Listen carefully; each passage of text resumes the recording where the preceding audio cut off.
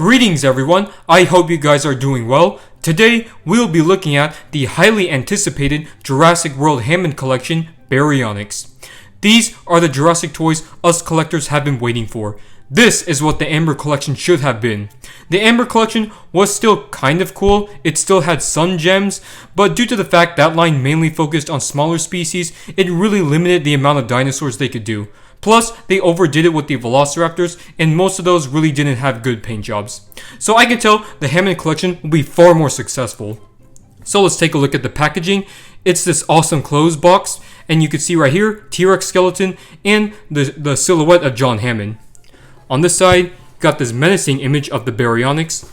On the other side, Hammond collection once again. And on the back, a render of the figure, this awesome image from Jurassic World Fallen Kingdom, as well as a short description. I also really liked how Mattel puts on the packaging the specific movie the dinosaur belongs to. So let's waste no time and see what this Baryonyx has to offer. Here is the figure out of the box. I've had this for about a week, and all I can say, it's just stunning. Absolutely fantastic. It gives me high hopes for the future of the Hammond collection. We're not even going in depth to the figure, and he already looks awesome on the spin table. Let's do some quick measurements with the flexible ruler. So from head to tail, this Baryonyx is a little over 12 inches long, and the height can greatly depend on what position you put him in. In this pose, he's about 3.5 inches tall at the hips, and at the head, around 5.5 inches tall. So, if you've seen some of the dinosaur figures from the main Jurassic World Dominion line, you can tell that Mattel has raised their game when it comes to the scale detailing. This one is no exception. It's pretty much an upgraded version of the previous Baryonyx figures. So let's take a look at the head sculpt. Pretty movie accurate, and despite that Baryonyx's inaccurate design, it still has some key features of Spinosaurus, such as the elongated snout and the tooth notch. And there is shrink wrapping, but that's your typical Jurassic Park theropod.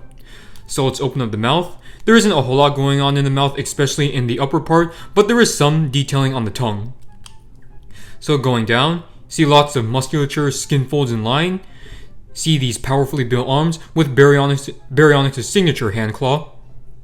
And then there's the legs, which are very muscular, and there's the scales on the feet, which wasn't present on the electronic Baryonyxes.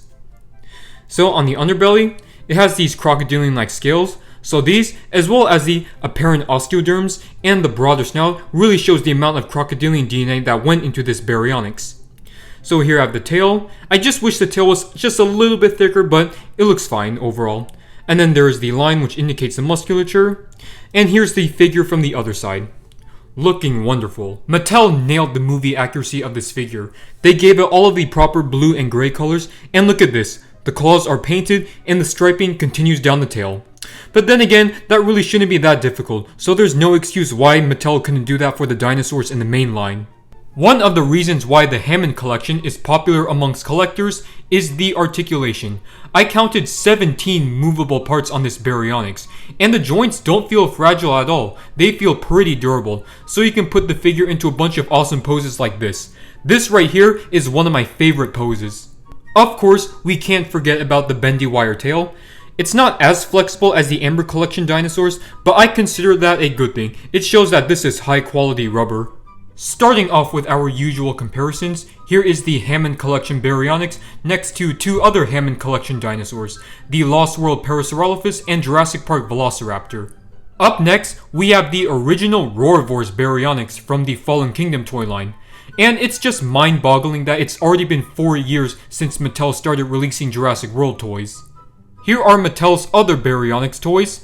Unpopular opinion, I think that the Jurassic World Fallen Kingdom Baryonyx has a pretty awesome design. In fact, it's one of my favorite dinosaurs from the films. That's why I feel inclined to buy every figure of it. I'm doing the same with the Dominion Giganotosaurus. I really love that design, so I'm going to try to buy every figure of that dinosaur. Here are the other Spinosaurids from Mattel. We're also getting an Ichthyovenator and Siamosaurus for the Dominion toy line. And Mattel, please do a Spinosaurus for the Hammond collection. Next, we have the Amber collection figures that I have.